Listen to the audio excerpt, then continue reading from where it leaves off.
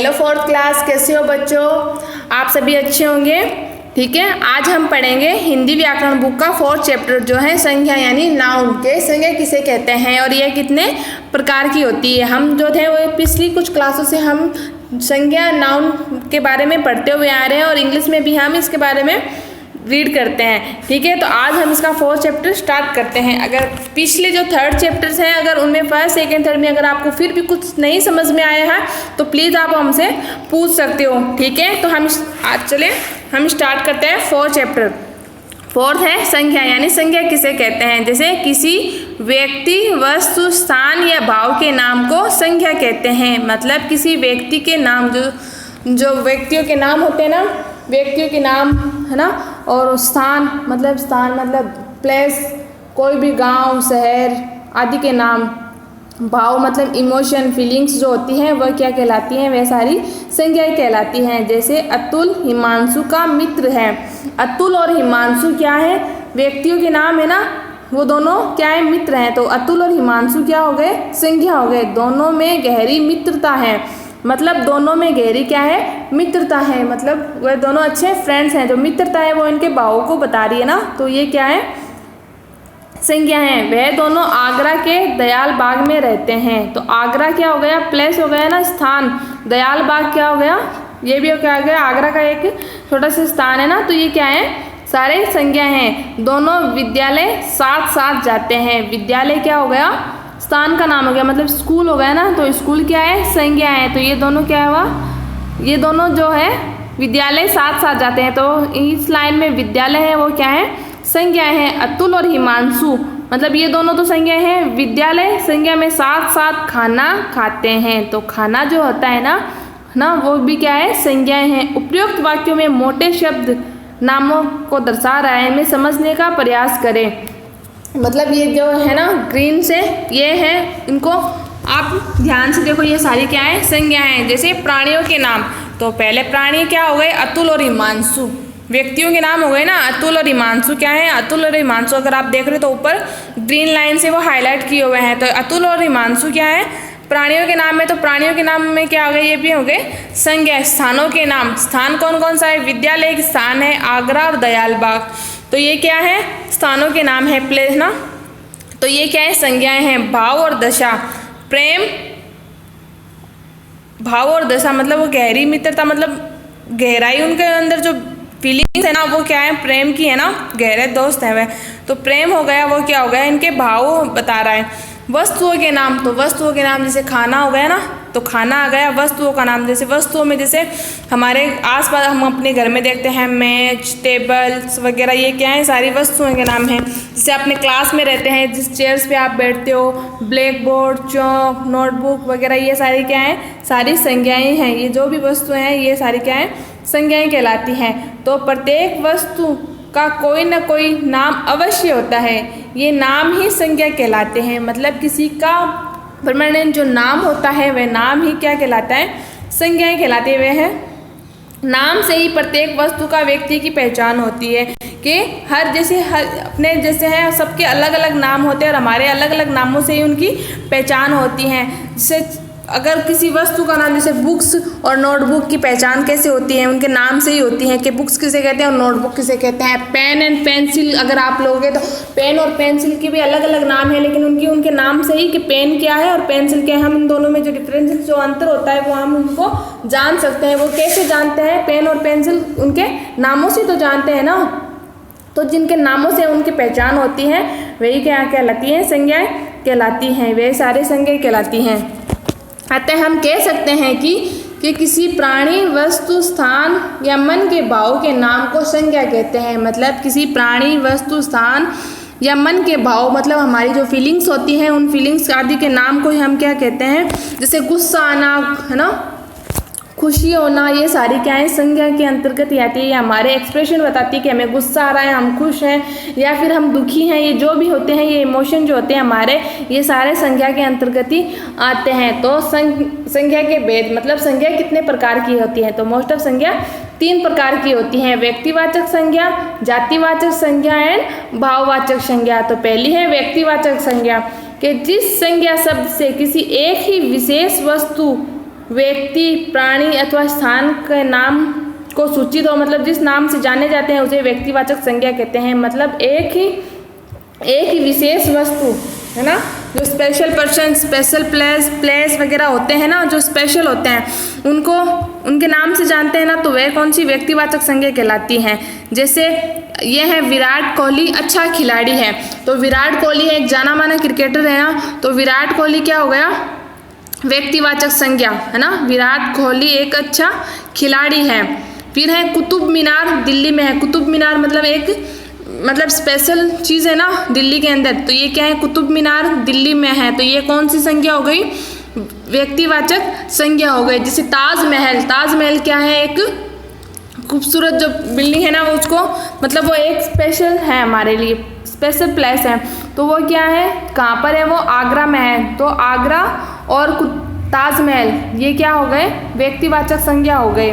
जैसे व्यक्तियों के नाम लाल बहादुर शास्त्री, रविंद्रनाथ टैगोर, डॉक्टर अंबेडकर, प्रतिभा पाटिल आदि, मतलब ये जो है हमारे मतलब स्पेशल पर्सन है ना तो इंडिया के, तो ये सारे क्या हैं, व्यक्तिवाचक संज्ञाएं। स्थानों के नाम इलाहाबाद, जबलपुर, लखनऊ, आगरा, दिल्ली, मतलब जो एक पर्टिकुलर एरिया होता है ना, जिसका एक ही नाम है, एक विशेष स्थान होता है, जयपुर, दिल्ली, आगरा, मुंबई, राजस्थान, ये सारे क्या कहलाते हैं, ये व्यक्तिवाचक संज्ञा के अंतर्गत आते हैं। तो व्यक्तिवाचक संज्ञा है कि जिस शब्द से किसी एक ही विशेष वस्तु, व्यक्ति, प्राणी आदि, स्थान आदि के नाम को सूचित हो, उसे व्यक्तिवाचक संज्ञा कहते हैं। मतलब एक ही वस्तु है ना, उस और वस्तु, व्यक्ति, प्राणी, स्थानों के नाम को सूचित हो, मतलब स्पेशल वस्तु, स्पेशल थिंग वगैरह हो, तो ये सारे क्या कहलाते हैं, व्यक्तिवाचक संज्ञा कहलाते हैं। जैसे इनमें देखते हैं नदियों के नाम, तो नदियों में है ताप्ती, गोदावरी, यमुना, कावेरी, सतलुज इत्यादि, ये नदियों के नाम हैं। हमारे नदियां हैं जो इंडिया की जो ये नदियां हैं, तो इनका एक स्पेशल नदियां हैं हमारे लिए, तो ये क्या है, व्यक्तिवाचक संज्ञा है। त्योहारों के नाम भैया दूज, रक्षाबंधन, दीपावली, होली आदि, ये सारे हमारे स्पेशल त्यौहार है ना, ये एक ही त्यौहार है, तो ये क्या है, व्यक्तिवाचक संज्ञा के अंतर्गत आते हैं। खेलों के नाम शतरंज, मतलब शतरंज खेल एक ही है, क्रिकेट, वॉलीबॉल, फुटबॉल इत्यादि, मतलब जो एक स्पेशल गेम है, तो ये क्या है, व्यक्तिवाचक संज्ञाएं। ग्रहों के नाम मंगल, बृहस्पति, पृथ्वी, शनि है ना, मंगल, ये सारे ग्रह होते हैं ना, है ना, एक एक ग्रह स्पेशल है, तो ये क्या है, व्यक्तिवाचक संज्ञा है। जो स्पेशल वस्तु होती है ना, वो सारे किसके अंतर्गत आती हैं, चाहे वो कुछ भी हो, जिसके एक ही नाम जो स्पेशल होते हैं, स्पेशल थिंग होती हैं, ये सारी क्या कहलाती हैं, व्यक्तिवाचक संज्ञा कहलाती हैं। फिर आती है जातिवाचक संज्ञा, तो जातिवाचक संज्ञा किसे कहते हैं, जो संज्ञा शब्द एक ही जाति के सभी प्राणियों, वस्तु, स्थानों का बोध कराती है, उन्हें जातिवाचक संज्ञा कहते हैं। मतलब जो संज्ञा शब्द एक ही जाति के सभी प्राणियों, मतलब जैसे अगर नाम लोगे है ना, किसी का नाम अगर हम लेंगे कि राम, तो राम एक पर्टिकुलर मतलब एक इंसान, स्पेशल इंसान का नाम, तो राम क्या हो गया, व्यक्तिवाचक संज्ञा हो गया। जैसे आप कहेंगे कि राम पढ़ रहा है, तो राम क्या हो गया, व्यक्तिवाचक संज्ञा हो गया। लेकिन जैसे हम कहेंगे ना कि लड़के पढ़ रहे हैं, तो लड़के में तो बहुत सारे लड़के आ जाते हैं ना, तो मतलब सभी का बोध हो जा रहा है इसमें, तो वो क्या है, जातिवाचक संज्ञा है। मतलब एक ही नाम से है ना, एक ही शब्द से सभी जातियों का बोध हो जाता है, सभी स्थानों का बोध हो जाता है, तो वह क्या कहलाती है, जातिवाचक संज्ञा कहलाती है। जैसे कबूतर उड़ रहे हैं, तो कबूतर तो एक कबूतर नहीं होता, कबूतर तो बहुत सारे होते हैं ना, तो एक कबूतर से कबूतर उड़ रहे हैं, तो एक का नाम लेंगे, उससे सारे कबूतरों का जो हो जिसके बारे में बोध हो रहा है, तो ये क्या है, जातिवाचक संज्ञा है। एक ही नाम से सभी जातियों का बोध हो रहा है, तो ये क्या है, जातिवाचक संज्ञा है। हाथी जंगल में चिंगाड़ रहा है, हाथी जंगल में, तो जंगल तो काफ़ी सारे होते हैं ना, तो एक ही नाम से, एक ही शब्द से जो है सारे जातियों का बोध हो गया। हाथी एक नहीं होता ना, काफ़ी सारे हाथी होते हैं, लेकिन बोले उनके हाथी ही जाते हैं, तो हाथी जंगल में चिंगाड़ रहा है। सभी को हम हाथी बोलते हैं, हाथियों के कोई नाम वगैरह नहीं होते ना, स्पेशल उनको नाम नहीं दिया जाता, नामों से नहीं जाने जाते, एक ही नाम से, चाहे कुछ भी मान लो, जैसे किसी जानवरों के नाम होते हैं, शेर है ना, टाइगर वगैरह ये होते हैं। तो एक ही जाति से सारे, जैसे डॉगी, कैट्स वगैरह, इनके जब हम नाम लेते हैं तो एक ही नाम से सभी इनकी जो जितनी भी प्राणियों की जितनी भी होती हैं उनके नाम का बोध हो जाता है। तो ये कौन से जातिवाचक संज्ञा कहलाती हैं। फिर आती है भाववाचक संज्ञा। वह संज्ञा शब्द जो किसी वस्तु या व्यक्ति की अवस्था, दशा, गुण या दोष के भाव का बोध करवाती है। मतलब किसी की अच्छाई, बुराई, दशा मतलब सिचुएशन ना, गुण या उसकी कमियां बताते हैं ना, तो वह कौन सी हैं, वे भाववाचक संज्ञा कहलाती हैं। जैसे ऋचा की सुंदरता की सब प्रशंसा करते हैं, तो प्रशंसा मतलब उसकी तारीफ करते हैं ना, तो प्रशंसा शब्द है उसके लिए क्या हो गया, भाव हो गया, उसके लिए कुछ अच्छा है। जैसे राम एक ईमानदार लड़का है, तो ईमानदार मतलब उसका टैलेंट, ईमानदारी हो गई ना उसके अंदर गुण है ईमानदारी का, तो उसके गुण का हो गया ना कि राम एक ईमानदार लड़का है। तो ईमानदार शब्द क्या हो गया, उसके गुणों की कर रहा है ना, तो वो क्या हो गया, एक भाववाचक संज्ञा हो गई। जैसे उसे गुस्सा बहुत आता है, तो गुस्सा हो गया, तो गुस्सा आना तुम्हें पता है गलत, मतलब ये हमारा दोष है, हमारी कमजोरी होती है, तो ये उसके दोष हैं, गुस्सा आना। तो गुस्सा क्या हो गया, हमारी जो भाव है ना, हमारे मन के भाव को भी बता रहा है ना गुस्सा, तो गुस्सा क्या हो गया, दोष है ना, तो ये दोष की बोध हो रहा है। फिर अवस्था मतलब जैसे हम बचपन होता है, फिर जवानी, फिर बुढ़ापा, मतलब ये सारी चीज़ें होती हैं ना, बचपन, लड़कपन है ना, या बुढ़ापा, ये सारी क्या होती हैं जो उनकी अवस्था एज को बताते हैं ना, तो ये सारे क्या हैं, भाववाचक संज्ञाएं कहलाती हैं। तो अब इनके बारे में हम भाववाचक संज्ञा का निर्माण। भाववाचक संज्ञा शब्दों की रचना जातिवाचक संज्ञा, सर्वनाम, विशेषण और क्रिया शब्दों से ही होती है। जैसे ठीक है, हम पढ़ते हैं कि जातिवाचक संज्ञा से भाववाचक संज्ञा, यानी जातिवाचक संज्ञा से भाववाचक संज्ञा का शब्द कैसे बनते हैं। जैसे बच्चा है ना, बच्चा क्या है, शब्द है ना, बच्चा, तो ये इसकी भाववाचक संज्ञा क्या बनेगी, बचपन। भाववाचक इसका जो बच्चा होता है वो उसके कौन से भाववाचक हैं, बचपन में ही सबको बच्चा बोलते हैं। फिर आता है पशु। पशु जो होते हैं वो किससे हैं, इनके जो भाव है वो कौन सी है, पशुता। फिर है शब्द में है लड़का, है ना, लड़का कौन सी है, यह होता है लड़कपन। लड़कपन में क्या होता है, लड़का, शब्द है लड़का, लेकिन भाववाचक संज्ञा कौन सी हो गई, लड़कपन। मानव, मानव शब्द है, लेकिन ये भाव, इसका भाव कौन सा है, मानवता। मानव का भाव कौन सा हो गया, मानवता। फिर है सर्वनाम से भाववाचक संज्ञा, मतलब सर्वनाम से भाववाचक संज्ञा कैसे बनती है। जैसे शव, शब्द है शव, तो शव का क्या हो गया, स्वत्व, है ना। फिर अहंग, तो अहंग से क्या बना, अहंकार, है ना। अहंग क्या हो गया, शब्द हो गया, लेकिन इसका भाववाचक बनाएंगे तो ये क्या बनाएगा, अहंकार। मम, शब्द है मम, तो मम से इसका जो भाववाचक जो से बनेगा वो कौन सा, ममत्व है ना। फिर है दया, दयालुता, है ना, दया से बनेगा दयालुता। फिर विशेषण से भाववाचक संज्ञा कैसे बनती है, तो विशेषण होती है पतला, पतलापन। पतला शब्द है, लेकिन इसकी भाववाचक संज्ञा क्या बनेगी, पतलापन। मोटा, मोटा शब्द है, तो भाववाचक क्या है, मोटापा। मोटापा या भाव हो गया और शब्द हो गया मोटा। फिर है ज्ञानी, शब्द है ज्ञानी, तो इसके भाव कौन सा है, ज्ञान, ज्ञान। ज्ञानी, ज्ञान होता है तभी तो वह ज्ञानी बनता है। फिर है हरा, हरा शब्द किससे आता है, इसकी भाववाचक संज्ञा कौन सी, इसका भाव कौन सा है, हरियाली। हरा का जो होगा हरियाली होगी।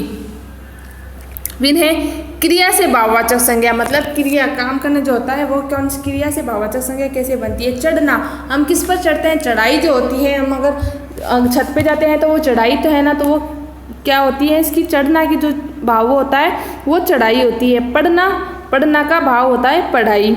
शब्द है हंसना, और इसकी भाववाचक क्या है, हंसी। हंसना का क्या होगा, हंसी। फिर आता है थकना, तो थकना का जो भाव बनेगा वो होगा थकावट। फिर हमने सीखा, किसी वस्तु, किसी व्यक्ति, वस्तु, स्थान, गुण, भाव आदि के नाम को क्या कहते हैं, आदि के भाव के नाम को संज्ञा कहते हैं। और संज्ञा कितने प्रकार की होती हैं, संज्ञा 3 प्रकार की होती हैं, व्यक्तिवाचक संज्ञा, जातिवाचक संज्ञा एंड भाववाचक संज्ञा। जिस संज्ञा से किसी एक ही विशेष व्यक्ति, वस्तु, प्राणी, स्थान के नाम को सूचित करते हैं वो कौन सा होता है, वो व्यक्तिवाचक संज्ञा कहलाती है। विशेष वस्तु, विशेष व्यक्ति या विशेष स्थान होता है वह व्यक्तिवाचक संज्ञा कहलाती हैं। जो संज्ञा शब्द एक ही जाति के सभी प्राणियों, वस्तु और स्थानों का बोध कराते हैं उन्हें जातिवाचक संज्ञा कहते हैं। कि जिस शब्द से एक ही जाति के सभी प्राणियों का बोध हो जाता है उन्हें जातिवाचक संज्ञा कहते हैं। फिर जिस संज्ञा शब्द से व्यक्ति के गुण, दोष या दशा का पता चलता है वह भाववाचक संज्ञाएं कहलाती है। फिर हमने सीखा कि संज्ञा की परिभाषा लिखिए। तो संज्ञा किसी विशेष, किसी वस्तु, व्यक्ति, स्थान आदि के नाम को क्या कहते हैं? संज्ञा कहते हैं। ये आपको अपनी नोटबुक में करके मुझे फोटो सेंड करनी है। अगर फिर भी अगर आपको कुछ चीज़ नहीं समझ में आया आप मुझसे दोबारा भी पूछ सकती हो, ठीक है। जितनी बार आपको समझ में नहीं आएगा मैं आपको बताऊंगी। फिर आता है संज्ञा के कितने भेद होते हैं? तो संज्ञा के 3 भेद होते हैं, व्यक्तिवाचक संज्ञा, जातिवाचक संज्ञा एंड भाववाचक संज्ञा, ठीक है। फिर आते हैं भाववाचक संज्ञा किसे कहते हैं? ये आपको अपने नोटबुक में करने हैं। भाववाचक संज्ञा किसे कहते हैं? जिस संज्ञा शब्द से व्यक्ति के गुण, दोष आदि का, अवस्था आदि का पता चलता है तो ये क्या कहलाती है? भाववाचक संज्ञाएं कहलाती है। वस्तुओं के नाम किस भेद के अंतर्गत आते हैं? इसमें लास्ट ये कितने थर्ड क्वेश्चन हो गए? 4th है हमारा। फिर आता है हमारा वस्तुओं के नाम किस भेद के अंतर्गत आते हैं? है ना, व्यक्ति, वस्तु, स्थान आदि के नाम संज्ञा के अंतर्गत आते हैं। वस्तुओं के नाम किसके अंतर्गत आते हैं? संज्ञा के अंतर्गत ही आते हैं। तो भाववाचक संज्ञा शब्दों की रचना किससे होती है? भाववाचक संज्ञा मतलब व्यक्ति, वस्तु आदि के गुण, दशा, दोष, अवस्था की मतलब जिसके भाव बताते हैं वे कौन सी? भाववाचक संज्ञा के अंतर्गत आते हैं। मतलब किसी के गुण, दोष, अवस्था आदि का हमें पता किसके अंतर्गत लगता है? भाववाचक संज्ञा के अंतर्गत लगता है। तो इसको अगर आप लिखोगे तो कैसे? कि जिस शब्द से व्यक्ति के गुण, दोष, दशा का पता चलता है वह भाववाचक संज्ञा से होता है। तो आपका प्रिय खेल कौन सा है? उस खेल का नाम व्यक्तिवाचक संज्ञा है या भाववाचक संज्ञा है? आपको अपना एक फेवरेट गेम का नाम लिखना है और उस खेल का नाम जातिवाचक संज्ञा या भाववाचक संज्ञा है। मतलब वो खेल आप खेलते हो तो वो व्यक्तिवाचक है या भाववाचक हैं, तो वो आपको इसमें लिखना है। ये आपका होमवर्क है। फिर है सही शब्द चुनकर एक स्थान भरिए। तो पहला है क्या? हाथी में चिंगाड़ रहा है। तो हाथी जंगल में चिंगाड़ रहा है, तो ये फर्स्ट पे ये आ जाएगा जंगल। हाथी जंगल में चिंगाड़ रहा है। फिर कुतुब मीनार दिल्ली में है, सेकंड पे आएगा कुतुब मीनार दिल्ली में है। फिर है अतुल हिमांशु का मित्र है, तो थर्ड पे आएगा मित्र है। अतुल हिमांशु का मित्र हैं, वे दोनों आगरा के दयाल बाग में रहते हैं। वो दोनों आगरा के दयाल बाग में रहते हैं। 4th में आएगा दयाल बाग। फिर है विराट कोहली अच्छा क्या है? खिलाड़ी। तो 5 नंबर पे आएगा खिलाड़ी।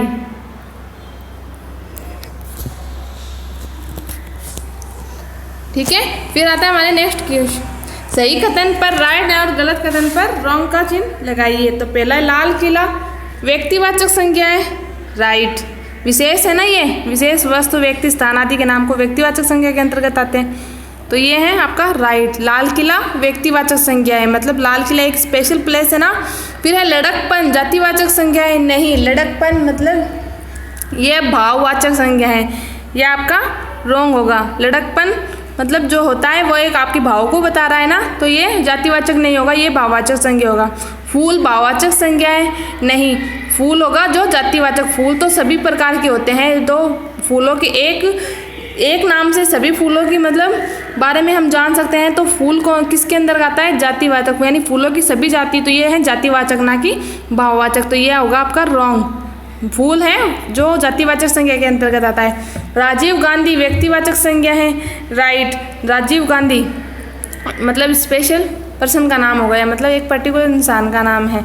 फिर आता है निम्नलिखित शब्दों में भाववाचक संज्ञा बनाइए, मतलब इनके भाव को बनाएं। तो मानव का भाववाचक क्या होगा? मानवता। तो आपको यहाँ पे लिखना है मानवता। भाव मानव का क्या होगा? भाव मानवता। मनुष्य, मनुष्य का भाव होगा मनुष्यता, तो ये आपको मनुष्य के आगे लिखना है मनुष्यता। मित्र, मित्रता। मित्र का भाव होगा मित्रता, तो मित्र के आगे आपको लिखना है मित्रता। चलना, चलना क्या होता है? चलन, है ना, चाल। है ना, तो इसका क्या होगा, चलन या चाल लिख सकते हो। होशियार, तो होशियार का भाव होगा होशियारी, है ना, होशियार का होगा होशियारी। पीला, पीलापन, पीला का भाव हो गया पीलापन, ठीक है, आपको ऐसे लिखना है। फिर है दीपावली हिंदुओं का त्योहार है, तो इसमें से आपको संज्ञा शब्द, मतलब इसमें क्या दिया है, निम्नलिखित वाक्यों में से एक एक संज्ञा शब्द छांटकर उनके भेद लिखिए। तो आपको एक एक तो संज्ञा शब्द लिखना है और उसका भेद लिखना है। जैसे हमने भेद मानव का मानवता, चल मनुष्य का मनुष्यता, तो ऐसे हमने इनके भाव लिखे थे ना, तो वैसे आपको इनके भाव लिखने हैं। तो इसमें संज्ञा क्या है, तो दीपावली एक त्योहार का नाम है ना, तो दीपावली तो संज्ञा हो गई। फिर इसमें त्योहार भी संज्ञा हो गई, तो इसमें क्या हो गया, प्रमुख, प्रमुख क्या हो गया, इसका भाव हो गया। तो प्रमुख का क्या होगा, मुख्य, प्रमुख का क्या होगा, मुख्य, मतलब स्पेशल है ना प्रमुख, तो प्रमुख का होगा भेद मुख्य। दीपावली हो गया संज्ञा और प्रमुख हो गया मुख्य। फिर है बाग में चारों दिशाओं में हरियाली है, तो बाग, बाग क्या हो गया, संज्ञा हो गई। तो इसकी एक भाव क्या लिखना है, हरियाली, हरियाली भाव है ना, हरा का हरियाली होता है ना, तो हरियाली हो गया इसका भेद।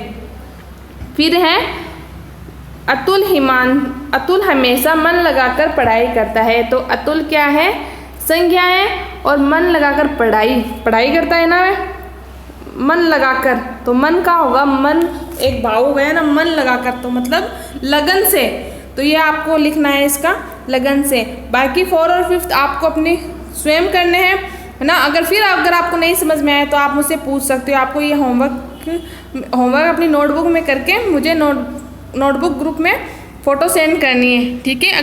अगर आपको नहीं समझ में आया तो आप मुझसे दोबारा पूछ सकते हो, ठीक है बच्चों। Take care.